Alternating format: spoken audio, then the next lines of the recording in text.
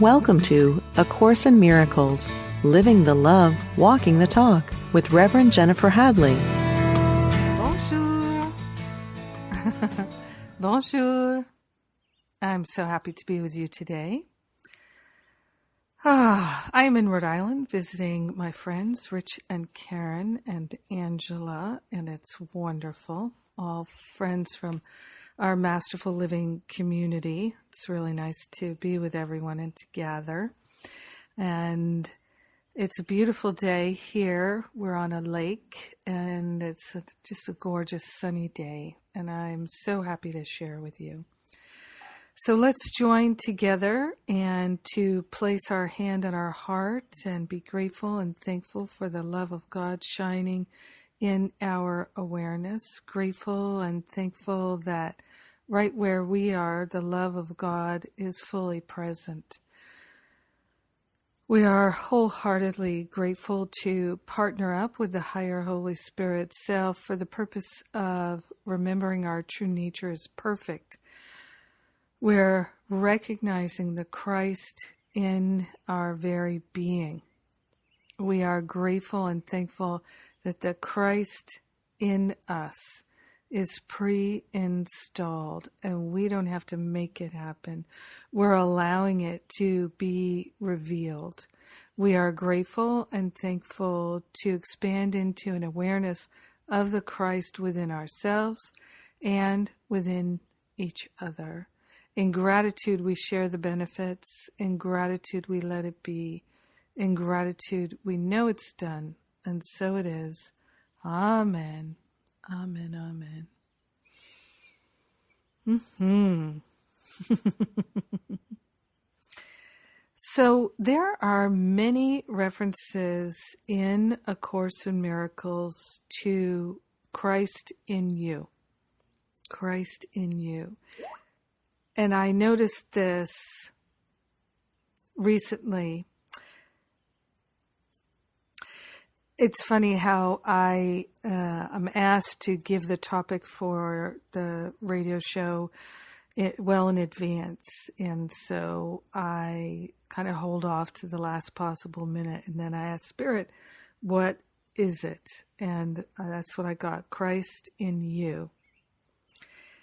And in the text, which I just love so much, in chapter 11, section 6, paragraph 3, and this section 6 is entitled Waking to Redemption. In this, actually I'm going to go to paragraph 2. It says, would you join in the resurrection or the crucifixion? Isn't that a great question? So the Christ is in us. It's already there. It's pre-installed. It's the true nature of our beingness. So would you join in the resurrection of the Christ or the crucifixion of the Christ? All day long we're making that decision. Resurrection or crucifixion. And I invite you to play with this. Just play with it for a week. When you're making choices of where to go, what to do, what to eat, what to say, like in the truly helpful prayer, we'll be guided. And sometimes we're on automatic pilot. I find that frequently happens to me. I have a set idea. I'm going to have this for breakfast because I've got to use up this fruit and I've got to do. So the decisions I'm making are based on what's occurring in form and my interpretation of it versus what I'm being guided to in that moment. So we could use this question to assist us in making decisions. Would you join in the resurrection or the crucifixion? Would you condemn your brothers or free them? Would you transcend your prison and ascend to the Father? These questions are all the same and are answered together. There has been much confusion about what perception means, because the word is used both for awareness and for interpretation of awareness. Yet you cannot be aware without interpretation, for what you perceive is your interpretation. So, in our human experience, awareness always comes with interpretation because it always comes with perception. Then it says, and this is what I love, this course is perfectly clear. If you do not see it clearly, it is because you are interpreting against it and therefore do not believe it. If you do not see it clearly, it is because you are interpreting. Your perception is against it, and therefore you do not believe it. And since belief determines perception, you do not perceive what it means, and therefore you do not accept it. So our perception gets in the way. Our belief system gets in the way. Then it goes on to say, yet different experiences lead to different beliefs, and with them different perceptions. So interpretation is all wrapped up in our beliefs and in our perceptions. Then it says, for perceptions are learned with beliefs, and experience does teach. I am leading you to a new kind of experience that you will become less and less willing to deny. Learning of Christ is easy. I love that. Learning of Christ is easy, for to perceive with him involves no strain at all. His perceptions are your natural awareness, and it is only the distortions you introduce that tire you. Let the Christ in you interpret for you, and do not try to limit what you see by narrow little beliefs that are unworthy of God's Son. For until Christ comes into his own, the Son of God will see himself as fatherless. I am your resurrection and your life. You live in me because you live in God, and everyone lives in you as you live in everyone. Can you, then, perceive unworthiness in a brother and not perceive it in yourself? And can you perceive it in yourself and not perceive it in God? Believe in the resurrection because it has been accomplished, and it has been accomplished in you. This is as true now as it will ever be, for the resurrection is the will of God, which knows no time and no exceptions. But make no exceptions yourself, or you will not perceive what has been accomplished for you. This is key then. Are we choosing the resurrection or the crucifixion? Are we making exceptions? All is God, all is good, except for that one and that one. The rest of it, all good. This is where we get into all the different compartmentalization in our mind. You see, and for me, one of the most healing things that I've recognized is that God is the same always. The infinite mind of God doesn't have good days and bad days. It doesn't have opinions and judgments. It's eternally true, perfect wisdom. The perfect Christ presence is all that there is now and forevermore.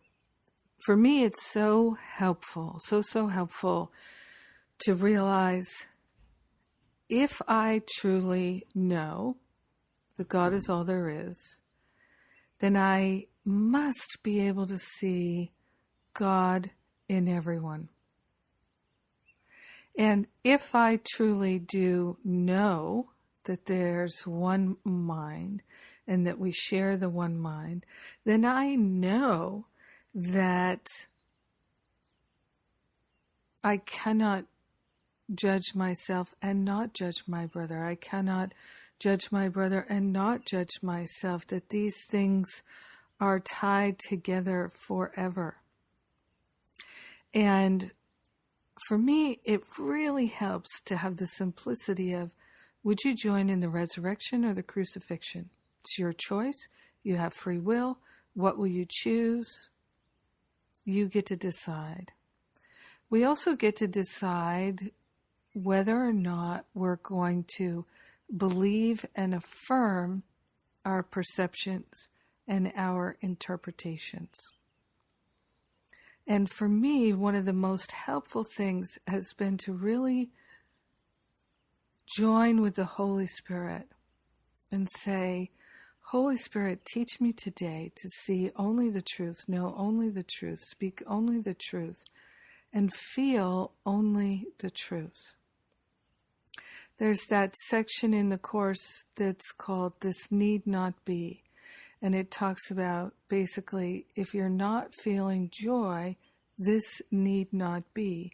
Anytime that we're not feeling joy, it is because of our perceptions and our interpretations, which are the distortions that are so exhausting. Again and again, I've counseled people or people in classes with me, like in our Masterful Living class. Particularly at the beginning of the year, people will share how they find certain relationships and family members exhausting. And they'll say, oh, these people in my life, I love them, but they're so complaining that it's exhausting to be around them. Or they're so critical, it's exhausting to be around them. And what I can say from my own experience of learning and my willingness to learn what is really going on here, I finally figured out that, you know what's exhausting? I am judging them for their judgments, and that's what's tiring me out. That's why it says here in paragraph 3, learning of Christ is easy, for to perceive with Christ involves no strain at all.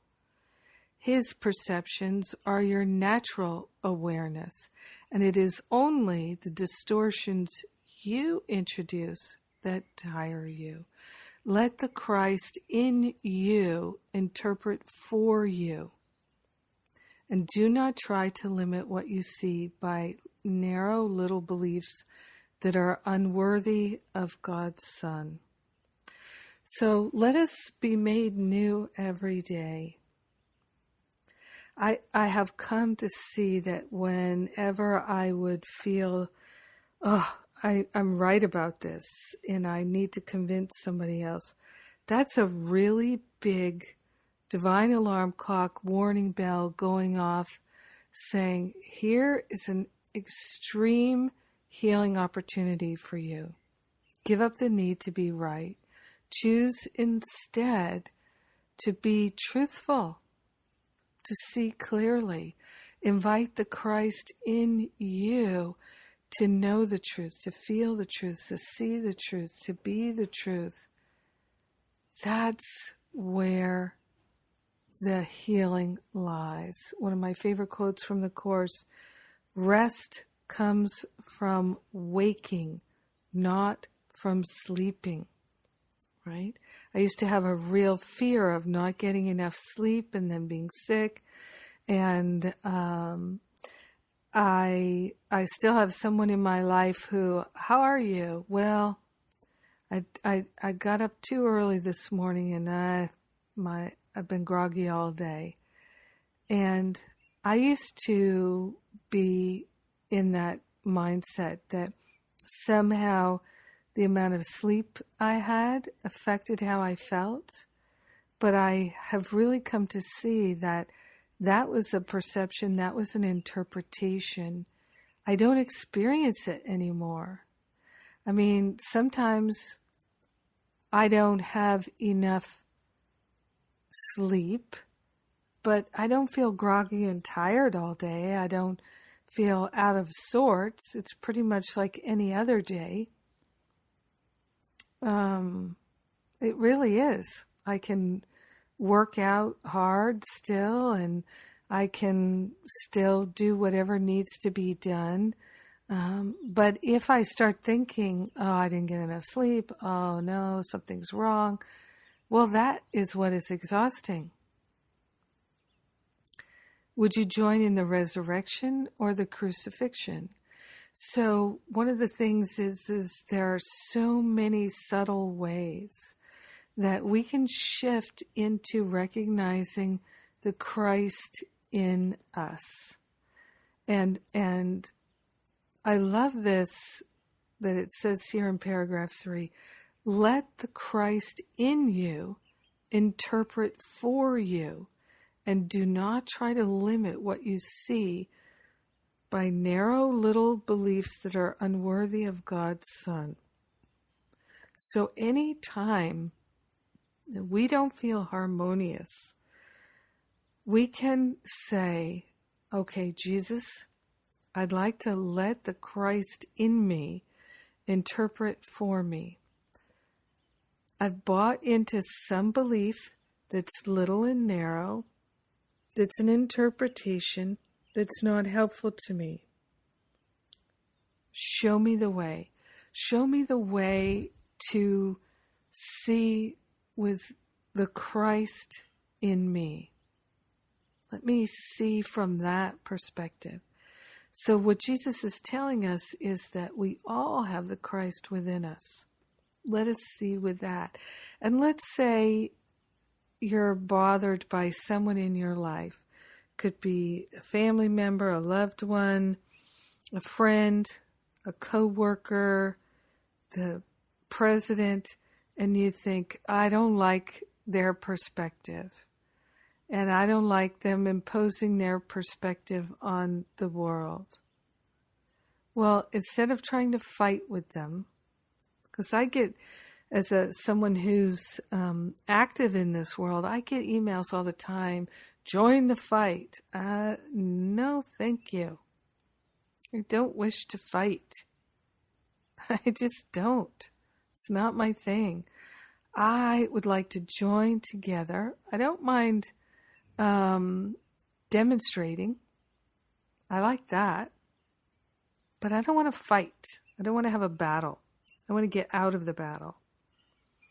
And much later in the course, in chapter 22, section 5, which is entitled The Branching of the Road. When you come to the place where the branch in the road is quite apparent, you cannot go ahead. You must go either one way or the other. Crucifixion or resurrection. There you go. For now, if you go straight ahead, the way you went before, you reached the branch, you will go nowhere. The whole purpose of coming this far was to decide which branch you will take now. The way you came no longer matters. That's a cool place to be. And I have to say, that is really what I'm feeling now. The way I came to where I am now, it doesn't really matter. For me, it's helpful, it's valuable, because it's all stories I can tell and share in order to be helpful.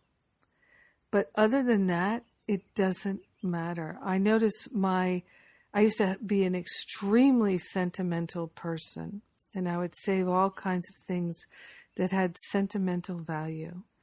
I cherish the things I have. I have my grandparents' wedding china, and it's simple china. It really is. It's not fancy, but I love it and I love to use it and enjoy it. But if I didn't have it anymore, I'd be fine. I would not feel a loss of it.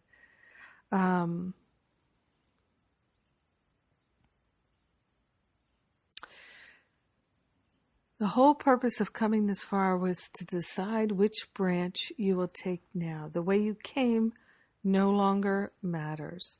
So our history, we can harvest the learning from it and then put it aside in terms of our identity, right? So sentimentality is about identity. And for me, I realized it's keeping my identity in the past. I'm the one who did these things. I'm the one who had these experiences.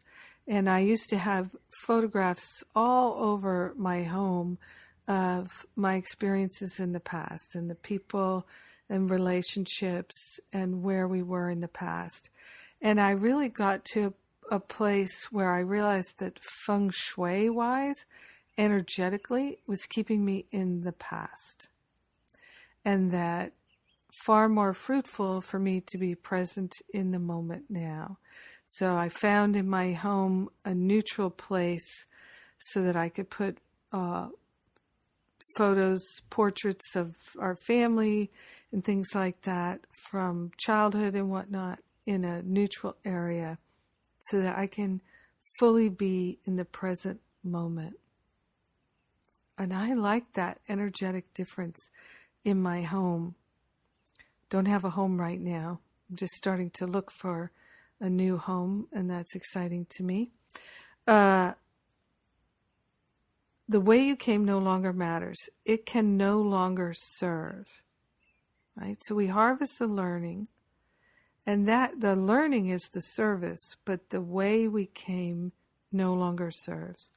No one who reaches this far can make the wrong decision. Isn't that a wonderful thing to know? So we're at that fork in the road, the branch in the road. It's quite apparent. So this is chapter 22. So this is towards the very end of the year, moving towards that place. Well, it's not the very end of the year, but anyway, if you're reading the text along with the workbook.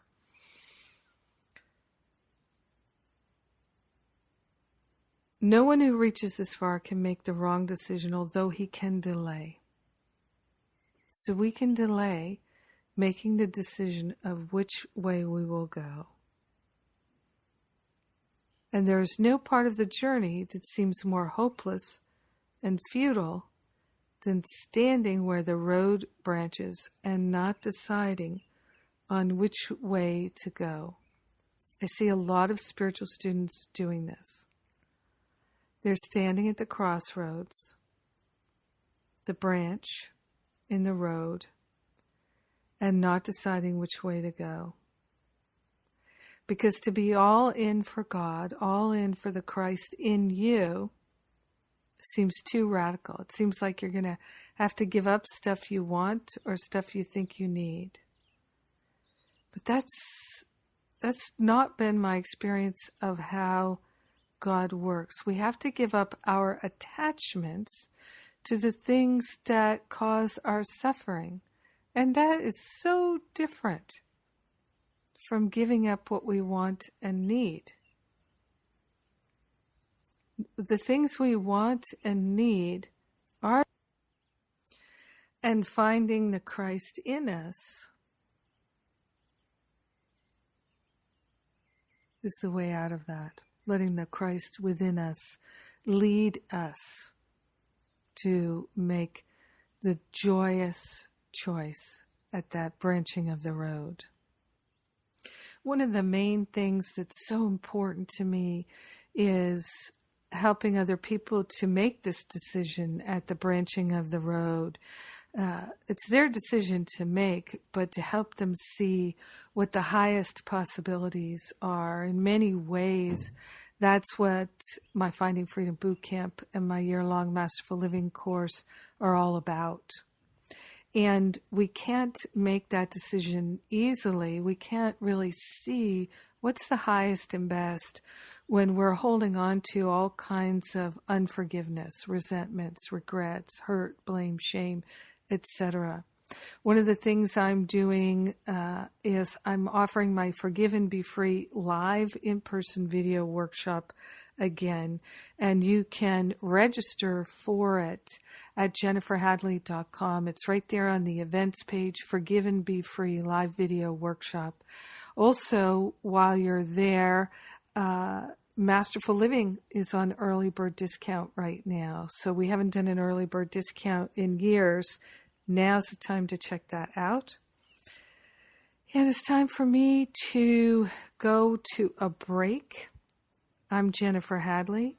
You're listening to A Course in Miracles on Unity Online Radio. We're living the love, we're walking the talk, and I will be right back. Welcome back. I'm Jennifer Hadley. So glad you're joining me. We're talking about the Christ in you and standing at the branching of the road where we're making that decision. Are we going to be all in for God? What are we going to do? If we think we want and need to live in a particular place, have a particular lifestyle, or be in a particular relationship or a particular job, that our happiness depends on that, we are mistaken. And we'll stand at that branch in the road. And we'll know intuitively that going all in for God might mean that we'd say, yeah, that job does not serve me anymore. God has a much higher idea for me. Or that goal, the goal of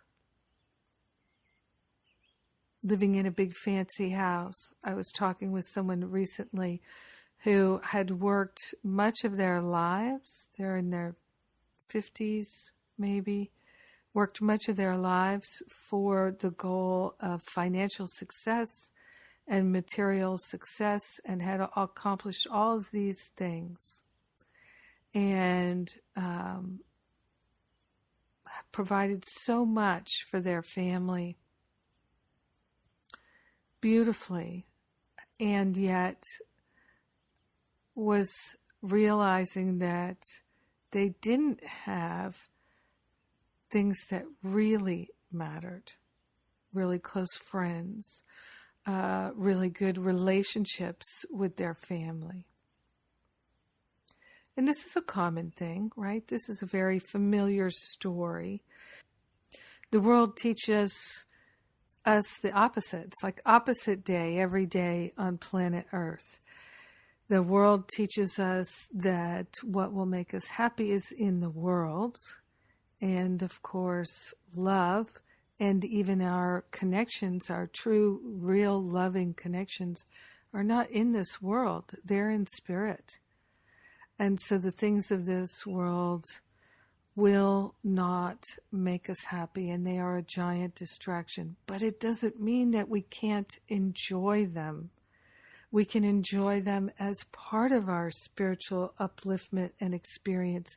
And for me and for many people I know, one of the greatest things about our spiritual journey is that we can share with others.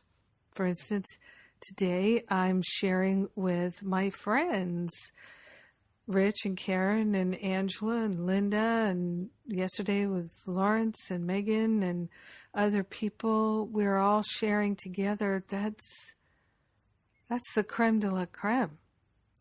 Why have the nicest things in the whole world if you're not sharing them, right? So we come to this place of decision making where we must make that choice. And it says here, we can stand at that decision point a long time. A lot of times when I meet people, they have been standing at that decision point, sometimes for decades. They haven't decided which way to go because they see one way is they're going to have to give up the things that are part of their identity. And the other way, they're going to have to give up God, and they don't want to do either. The thing that flipped the switch for me is realizing my identity is in God. It's not in the world. My identity is in God. It's not in what I've done, what I will do, or what I have.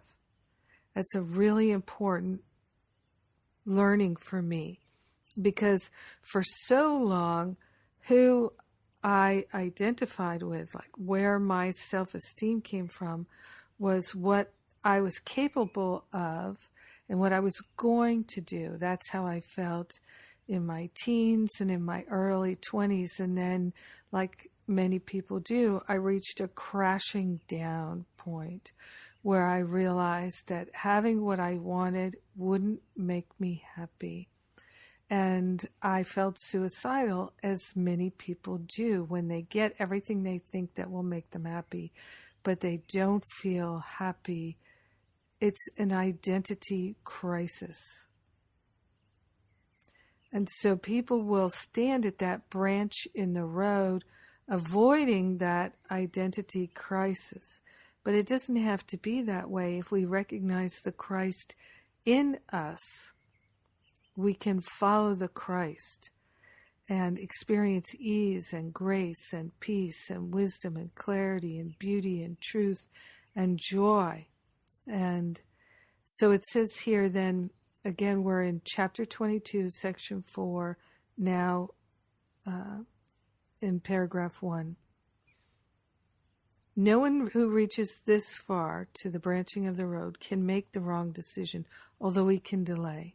And there is no part of the journey which seems more hopeless and futile than standing where the road branches and not deciding on which way to go. So that's why sometimes people stand there at the branch in the road for so long they move into despair, because it feels futile. They feel like they're on a treadmill going nowhere because they're not making that decision. So next paragraph here, it says, "It is but the first few steps along the right way that seem hard, for you have chosen, although you still may think you can go back and make the other choice. This is not so. A choice made with the power of heaven to uphold it cannot be undone." And that's part of why we stand at the branch of the road for so long, as we know instinctively, intuitively, that it can't be undone. If we go all in for God, and what if we end up in some kind of a life that we hate, working with lepers, in a place with no moisturizer, no good snacks, no Netflix? That would suck, right? But that's probably not where we're going to go, unless somehow, some way, that would be the highest and best for us, right?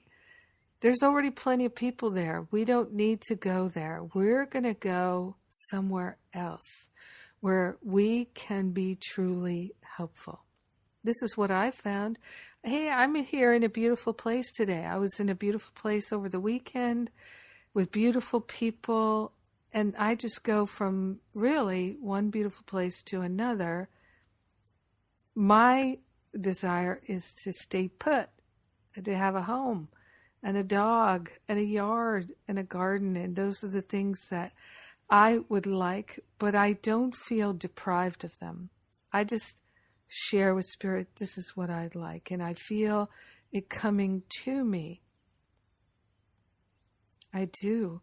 And I like to work in this way, that I'm all in for God, and I am stating what it is I'd like without attachment, living in that place, so that I don't have to have suffering anymore. I don't feel deprived.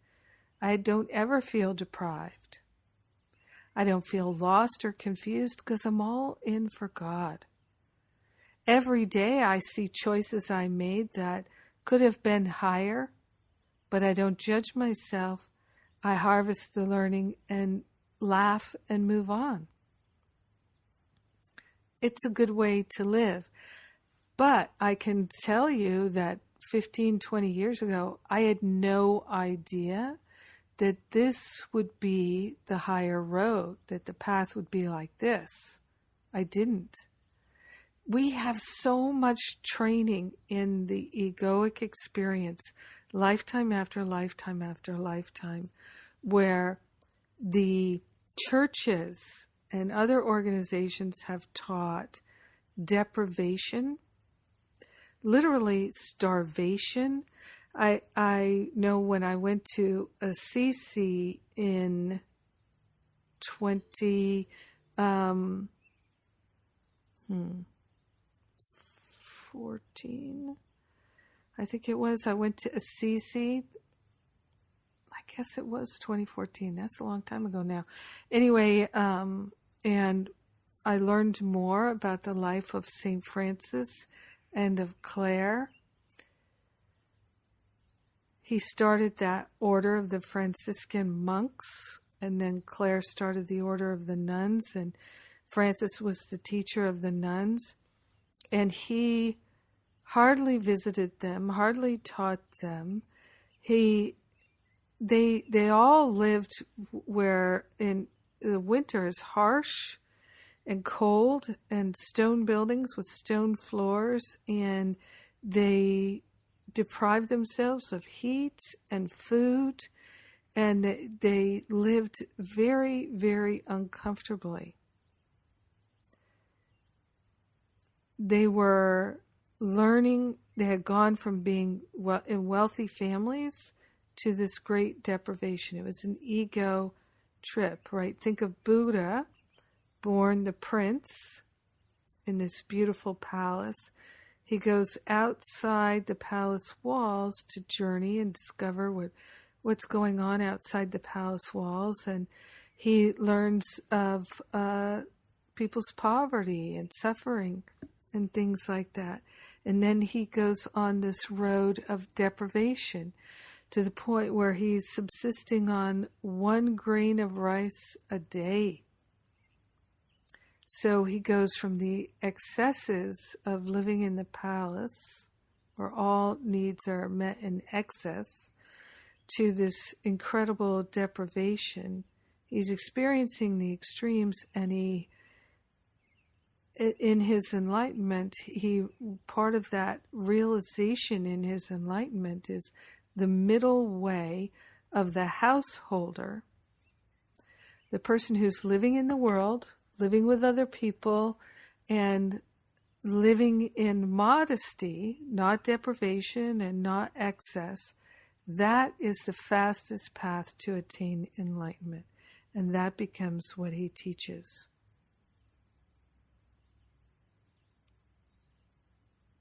So we all learn this. Our journey is Buddha's journey. Our journey is the prodigal son's journey. These journeys are ours. And in a certain way, Jesus' journey can be ours, that we can choose that crucifixion, but then we can decide, okay, enough.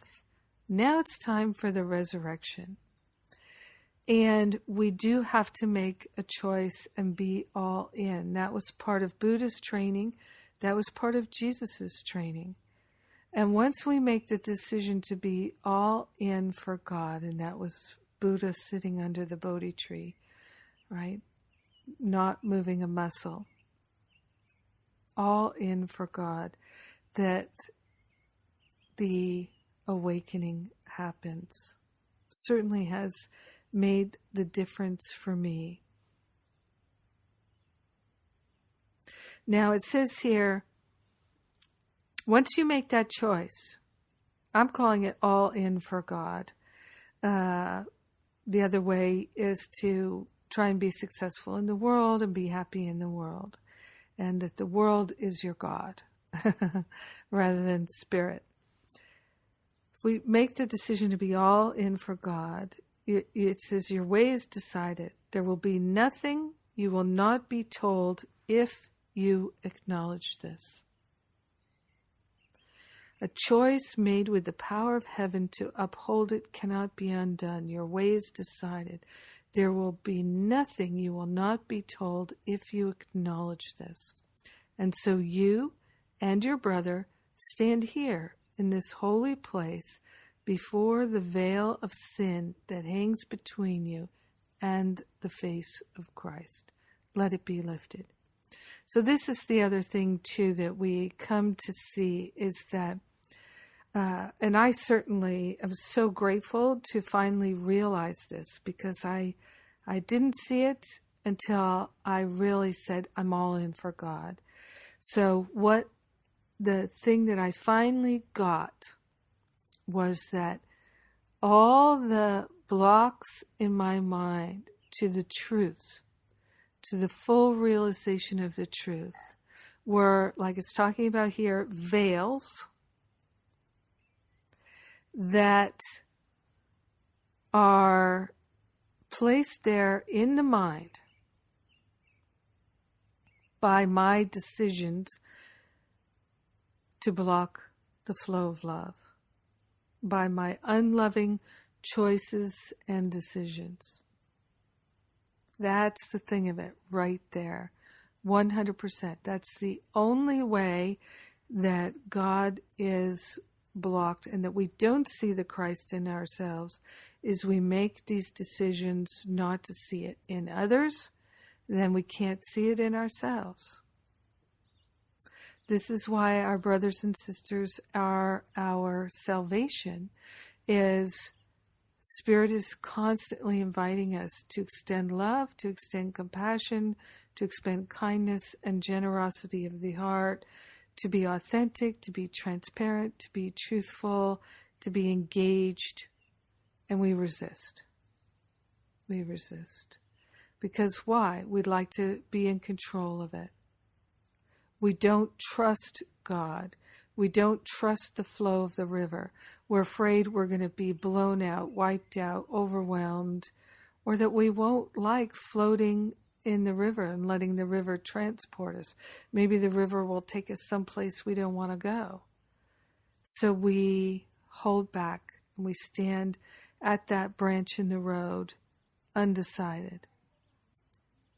For me, one of the most helpful things was deciding to be all in for God and deciding to really, truly trust that God knew the way. I had so clearly demonstrated I do not know the way, but I do get the I am that I am, the Christ in me does know the way. And if I will let that lead, I will be happy. That's the only way. So it goes on here, again, we're chapter 22, section 4, paragraph 3. And so you and your brothers stand here in this holy place before the veil of sin that hangs between you and the face of Christ. Let it be lifted. And that's what I started to say. Let all these veils in my mind be lifted. It says, raise it together with your brother, for it is but a veil that stands between you. Think of a veil, like think of a bridal veil. These veils are just thin, little transparent pieces of fabric. They have no real weight. They have no real strength. They're just a thin separation between us and the truth. Clear seeing, clear knowing, clear feeling, clear healing. Let it be lifted. It says, either you or your brother alone will see it as a solid block, nor realize how thin the drapery that separates you now. Yet it is almost over in your awareness, and peace has reached you even here before the veil. Think what will happen after. The love of Christ will light your face and shine from it into a darkened world that needs the light. And from this holy place, Christ will return with you, not leaving it nor you. You will become his messenger, returning him unto himself. So we return Christ to, it says himself, I prefer itself. We return the Christ, like bringing ourselves home. Think of Dorothy in The Wizard of Oz, right? She goes on this journey. There are crossroads. And she's in search of the one who is going to help her go back home again. She has these mighty companions who go with her. They too are searching. And they come up with this very ego idea that the Wizard of Oz is going to give them the answer, going to make them whole, restore their wholeness, restore the brain, restore the heart, restore the courage, and return Dorothy home. This is the illusion, right? But then it turns out, no, that's not how it works. You do it for yourself. And part of how you do it is by recognizing it in your brothers and sisters. So the lion realizes that he has courage because he, in walking with his companions, he, out of his love for them, his care for them, he was able to do things that required great courage. And the scarecrow realizes that he has a tremendous intelligence. He has the intelligence of the heart to love so fully, and he loves Dorothy so fully, right? The Tin Man also realizes that he has the capacity to love, right? Each one of them, and then of course Dorothy realizes she already has the capacity to go home. She had it all along. These are our journeys too. So we've journeyed, gone far afield, like Dorothy did, into a strange land. And the thing that brings us home is the mighty companion part. Realizing, right, at first, didn't she judge the scarecrow? She judged the lion. But then, and that was the thing that kicked her out of Kansas anyway. Her judgment. She was running away from home because she didn't feel understood, and she judged right back, and she said, "You don't understand me." And she got out of there, and she went looking for some place where she could be accepted. Right? And then her journey with her mighty companions, she realizes she has to get along with them and love them, and mutual support, mutual acceptance. This is the way. So we have to take down those veils of separation between each other and love each other as we are. And see the truth of it, that the one who seems to be all bluster like the lion is actually afraid. And at first she really judges the lion when she sees what a coward he is. She yells at him and attacks him. She's all upset. But then she comes to love him and support him just as he is. And then he reveals he has great courage and strength. He's a very loving being. And that's what courage comes from. It comes from the courage to the ability to move from your loving heart, even if you feel afraid.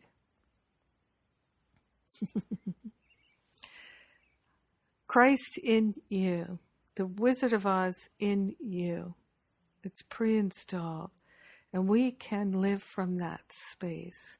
Really, it's interesting. When I started my Masterful Living course, I realized it was very much about that, very much about that.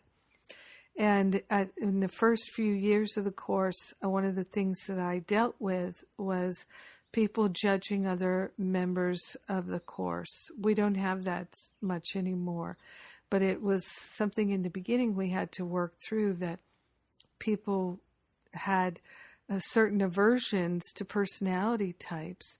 But now more and more people are coming in and seeing, oh, I want to be all in.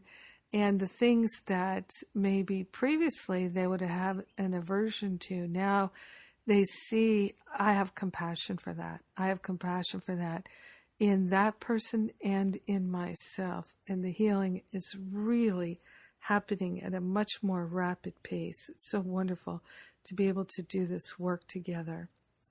Same with doing the forgiveness work. Come and join my live video workshops. It's a 3-part Forgive and Be Free workshop. First part is 3 hours, second part is 2 hours, the third part is about an hour. Come and join us. Do it live forgiveness work online on the Zoom platform.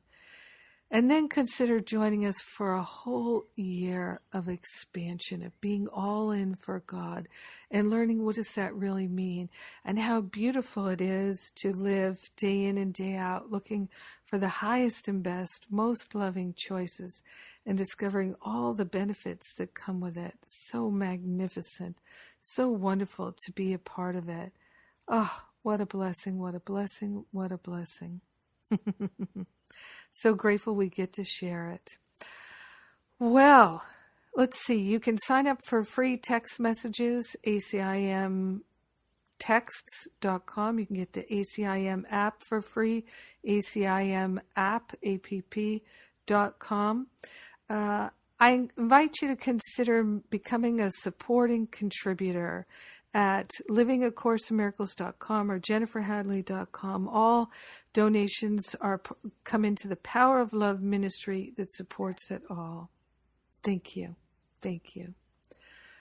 Let's take that breath. Love and gratitude. So grateful and thankful for the love that we are. In gratitude, we share the benefits with all. We let it be, and so it is.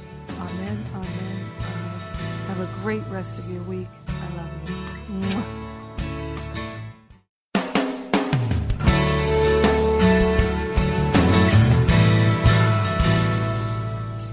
Thank you for tuning in to A Course in Miracles, Living the Love, Walking the Talk, with Reverend Jennifer Hadley.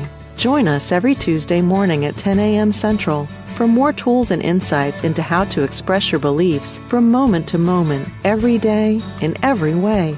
A Course in Miracles, Living the Love, Walking the Talk, only on Unity Online Radio, the voice of an awakening world. This program is brought to you in part by JenniferHadley.com, a global resource providing tools, insight, and support for those seeking to live A Course in Miracles every day in every way.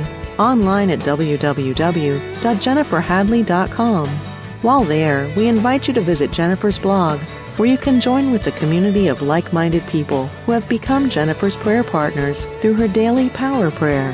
Like them, you can enjoy this extra support as you come to walk your talk and live A Course in Miracles every day in every way.